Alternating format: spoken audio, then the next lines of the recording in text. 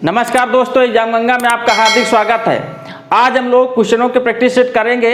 इससे पहले हमने आधुनिक भारत के इतिहास को पूरी तरह से कंप्लीटली एकदम खत्म किया है। अगर आपने उन वीडियोज को नहीं देखा तो उनको जाके देख लीजिए। उसके अतिरिक्त हम लोग प्रैक्टिस सेट में बहुत सारे क्वेश्चन देखने वाले हैं जो कि आपकी एग्जाम से बहुत ज़्यादा इंपॉर्टेंट रहेंगे। इस प्रकार से ये जो प्रैक्टिस सेट होने वाले हैं आप देखेंगे बहुत ही ज़्यादा इंपॉर्टेंट हैं। तो शुरू करेंगे हम लोग कैसे। सबसे पहले देखिए स्क्रीन में जो है क्वेश्चन डिस्प्ले होंगे तो उनको आप जो है वीडियो पॉज करके स्वयं जो है सॉल्व करने का प्रयास कीजिएगा। और उसके बाद यदि नहीं आता तो हम तो बता ही रहे हैं कि क्या होगा। ठीक है, तो चलिए शुरू करते हैं। तो शुरू करते हैं। देखिए पहला क्वेश्चन है, किस उदारवादी नेता ने कांग्रेस के प्रथम अधिवेशन में भाग नहीं लिया। तो आप लोग ऑप्शन देख लीजिए। जैसे पहला ऑप्शन है दादा भाई नौरोजी, दूसरा है सुरेंद्रनाथ बनर्जी, तीसरा बदरुद्दीन तैयब जी और चौथा क्या है फिरोज शाह मेहता। तो बताइए इसमें से कौन सा ऑप्शन सही होगा। तो इसका ऑप्शन है बी पार्ट, सुरेंद्रनाथ बनर्जी। सुरेंद्रनाथ बनर्जी जो है कांग्रेस के प्रथम अधिवेशन में भाग नहीं लिए थे। क्वेश्चन नंबर दूसरा देखिए। क्वेश्चन नंबर दूसरा है, कांग्रेस के प्रथम अधिवेशन 1885 में पारित प्रस्तावों में कौन सत्य नहीं है। क्या है, कांग्रेस के प्रथम अधिवेशन 1885 में पारित प्रस्तावों में कौन सत्य नहीं है। क्वेश्चन को आप लोग ध्यान से पढ़िए, मैं पढ़ रहा हूं, सुनिएगा। पहला है ऑप्शन रॉयल कमीशन के गठन का सुझाव, बी पार्ट है आपका इंडिया काउंसिल के समाप्त करने का सुझाव, तीसरा ऑप्शन है इंडिया सिविल सर्विस की परीक्षा और भारत और लंदन दोनों स्थानों पर आयोजित करने का सुझाव, और डी पार्ट है आपका बर्मा पर से कब्जा हटाने का अनुरोध।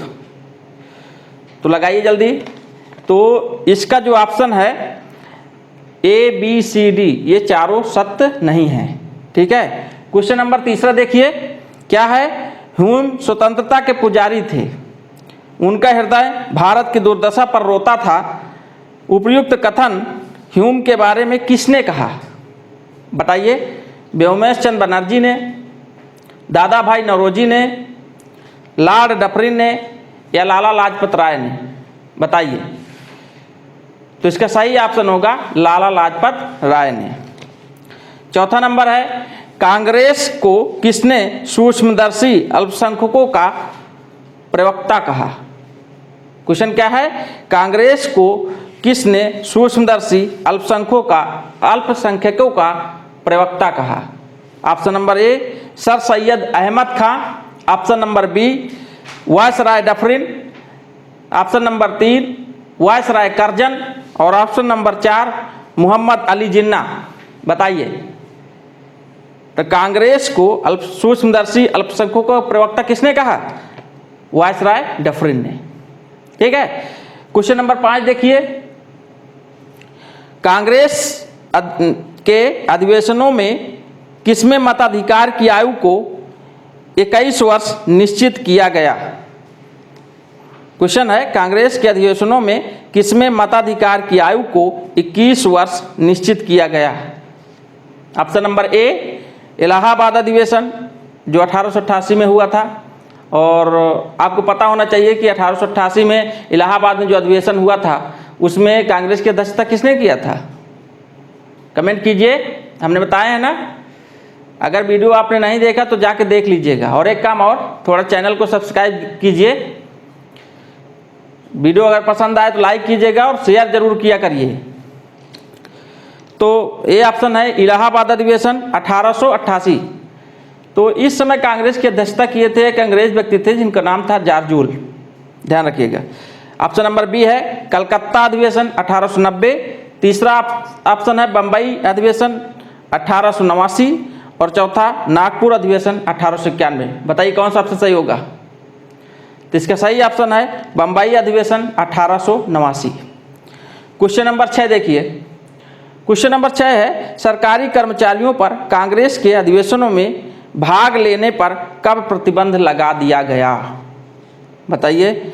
Option number A 1890, option number B 1905, option number C 1888 और ऑप्शन नंबर डी 1900। तो इसका सही ऑप्शन होगा ऑप्शन नंबर ए 1890। ठीक है, तो 1890 में जो सरकारी कर्मचारी थे उनको जो है कांग्रेस के अधिवेशन में भाग लेने से पर प्रतिबंध लगा दिया गया था। क्वेश्चन नंबर 7 देखिएगा। क्वेश्चन नंबर 7 है, कांग्रेस वास्तव में बिना शस्त्रों के गृह युद्ध लड़ रही है। उपयुक्त कथन किसका था बताइए। Option number A Lord Curzon, option number B Mohammad Ali Jinnah, option number C sir Syed Ahmad Khan, या ऑप्शन नंबर डी डफरिन। बताइए। तो इसका सही ऑप्शन है आपका सर सैयद अहमद खान। ठीक है, सर सैयद अहमद खान ने कांग्रेस को कहा कि ये बिना शस्त्रों के लड़ाई लड़ रही है, गृह युद्ध लड़ रही है। क्वेश्चन नंबर 8 देखिएगा, क्या है, उदारवादी राष्ट्रवादी सरकार से अपनी किन मांगों को मंगवाने में सफल हुए। ऑप्शन नंबर ए लोक सेवा आयोग की स्थापना तथा जनपद सेवा के लिए इंग्लैंड और भारत में एक ही समय परीक्षा कराने की मांग, पहला ऑप्शन। दूसरा ऑप्शन है 1892 का भारतीय परिषद अधिनियम। तीसरा ऑप्शन है ऑप्शन नंबर सी बैलबाई आयोग की स्थापना, और ऑप्शन नंबर डी उपयुक्त सभी। बताइए। तो इसमें जो है ये तीनों सही होंगे, मतलब उपयुक्त सही होगा। ठीक है, अब बात कर लेते हैं हम लोग क्वेश्चन नंबर 9 की। क्वेश्चन नंबर 9 है, सरकार ने निम्नलिखित में किसकी जांच हेतु बैलबाई आयोग की स्थापना की। ऑप्शन नंबर ए सैन्य खर्चों में वृद्धि, ऑप्शन नंबर बी है सरकार द्वारा भारतीय व्यय की समीक्षा, ऑप्शन नंबर सी है भारत सचिव को किस मद से वेतन दी जाए, और ऑप्शन डी उपयुक्त में से कोई नहीं। वीडियो पॉज करके जरूर से जरूर आप लोग इसको जो है लगाइए, इसके आंसर नहीं आएंगे तो हम तो बता ही रहे हैं। तो इसका ऑप्शन होगा आपका बी पार्ट, सरकार द्वारा भारतीय व्यय की समीक्षा। ठीक है, बात कर लेते हैं हम लोग क्वेश्चन 10 की। कह रहा है 1886 में पहली बार किसकी अध्यक्षता में लोक सेवा आयोग की नियुक्ति हुई है। याद रखिएगा, ये सारे क्वेश्चन बहुत ही ज़्यादा इंपॉर्टेंट हैं, तो इग्नोर मत कीजिएगा। क्वेश्चन है हमारा 1886 में पहली बार किसकी अध्यक्षता में लोक सेवा आयोग की नियुक्ति हुई। क्वेश्चन ऑप्शन नंबर 1 है आपका आंचिसन, ऑप्शन नंबर बी है ली वार्नर, ऑप्शन नंबर सी है हरकोर्ट बटलर, और ऑप्शन नंबर डी है AR आप्टन। बताइए कौन सा ऑप्शन सही होगा। तो इसका ऑप्शन ए नंबर सही है, आंचिसन। बात कर लेते हैं हम लोग क्वेश्चन नंबर 11 की।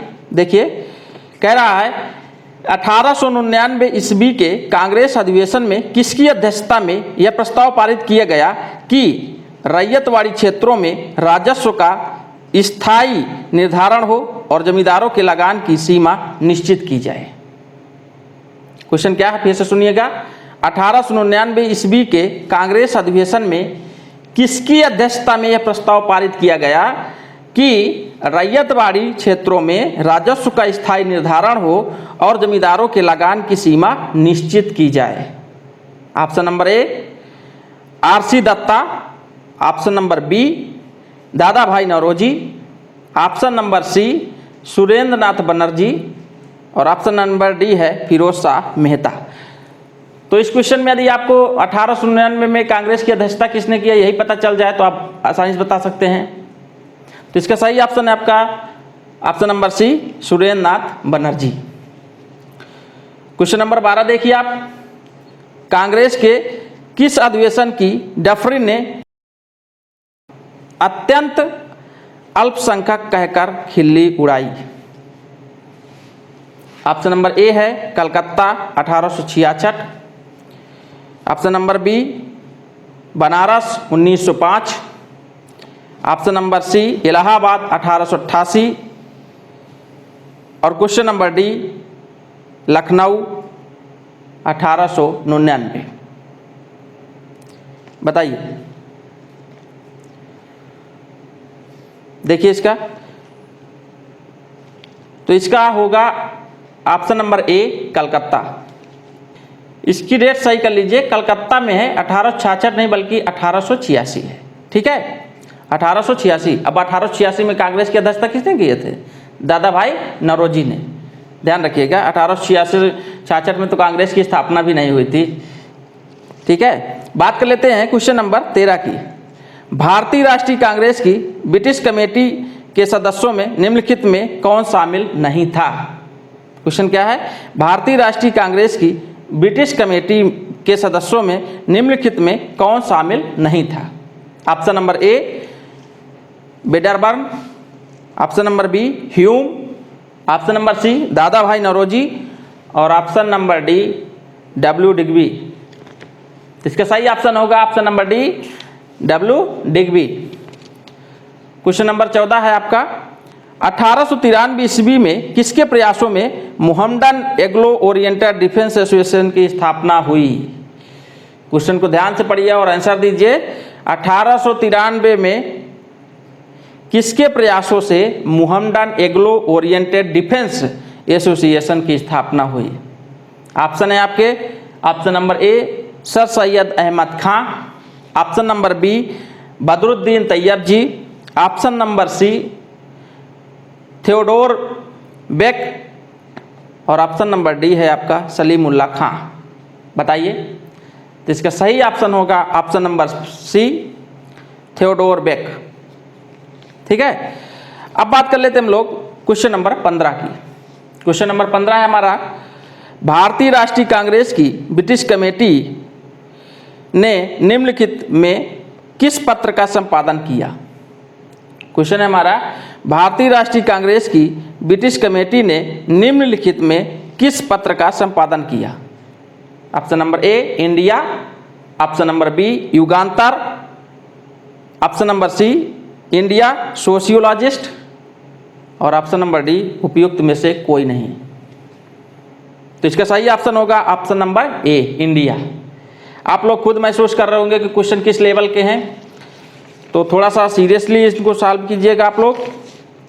आगे हम लोग बात करते हैं क्वेश्चन नंबर 16 की।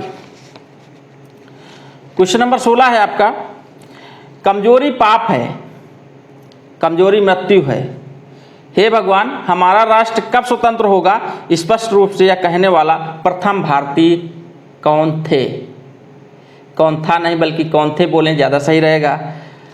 तो ऑप्शन नंबर ए है आपका Lala Lajpat Rai, option number B है Swami Vivekananda, option number C Bal Gangadhar Tilak या option number D Aurobindo Ghosh. तो इसका सही ऑप्शन है option number B Swami Vivekananda जी।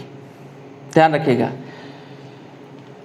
अगला क्वेश्चन है हमारा क्वेश्चन नंबर 17, स्वराज स्वदेशी तथा बहिष्कार का नारा देने वाला प्रथम राष्ट्रवादी नेता कौन था या कौन थे?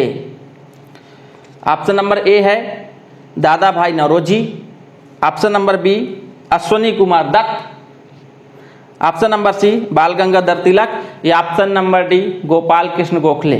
बताइए इसका सही ऑप्शन क्या होगा? तो इसका सही है आपका answer option number C Bal Gangadhar तिलक। क्वेश्चन नंबर 18 की बात कर लेते हैं हम लोग। क्वेश्चन नंबर 18 है हमारा, बहिष्कार का उल्लेख सर्वप्रथम किस पत्रिका में किया गया? बहिष्कार का उल्लेख सर्वप्रथम किस पत्रिका में किया गया? Option number A Bangabasi, option number B Sanjivani, option number C Yugantar या ऑप्शन नंबर डी काल। बताइए इसका सही आंसर। तो इसका सही आंसर होगा आपका ऑप्शन नंबर बी संजीवनी। कौन सा है? संजीवनी।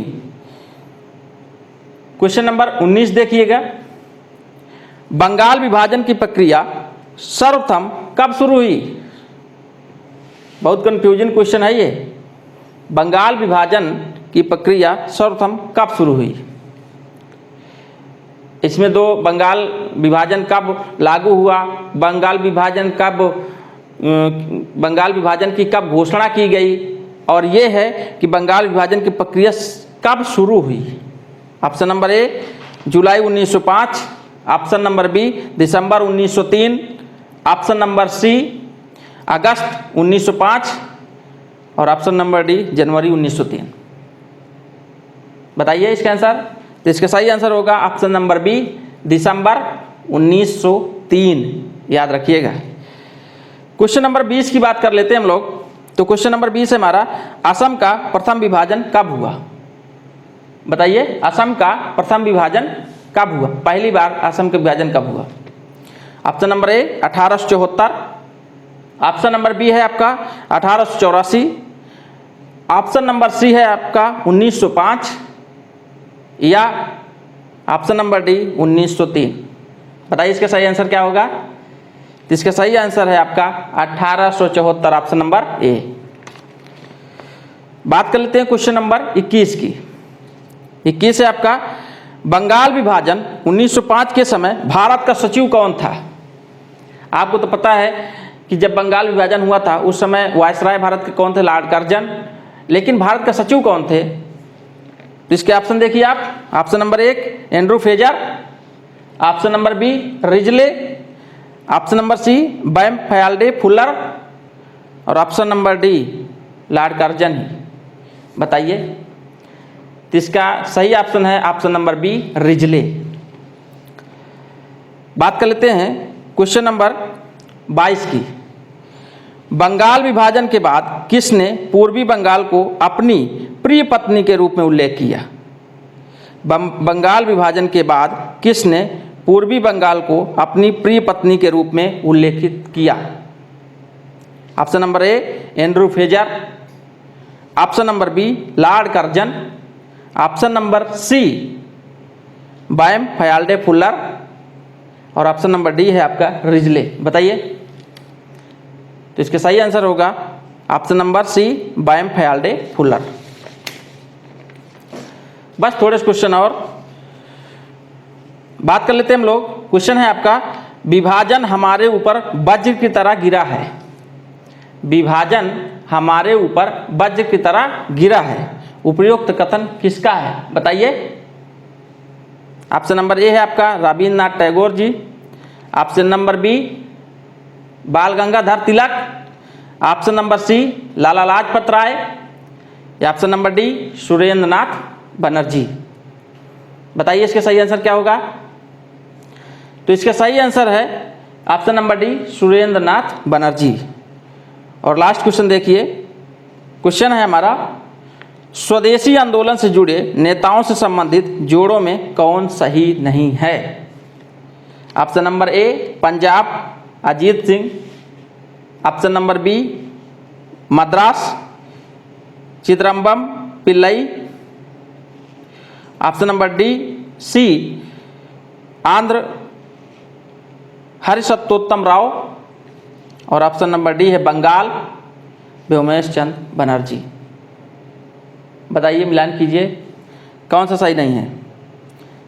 तो इसका होगा आंसर हमारा answer option number D Bengal Vyomesh Chand Banerjee. Clear. तो इस प्रकार से हमने इतने क्वेश्चन आपको कराए हैं। वीडियो यदि आपको अच्छा लगा हो तो प्लीज़ कमेंट कीजिएगा, और अगर आपका सपोर्ट रहा तो इसी प्रकार के हमारे सीरीज भी लाते रहेंगे और भी बहुत सारे क्वेश्चन की सीरीज लेके फिर आएंगे। अगर वीडियो पसंद आया हो तो लाइक जरूर कीजिए, दोस्तों को शेयर कीजिए, हमारे चैनल को सब्सक्राइब कीजिए। मिलते हैं किसी अन्य वीडियो में, तब तक के लिए धन्यवाद।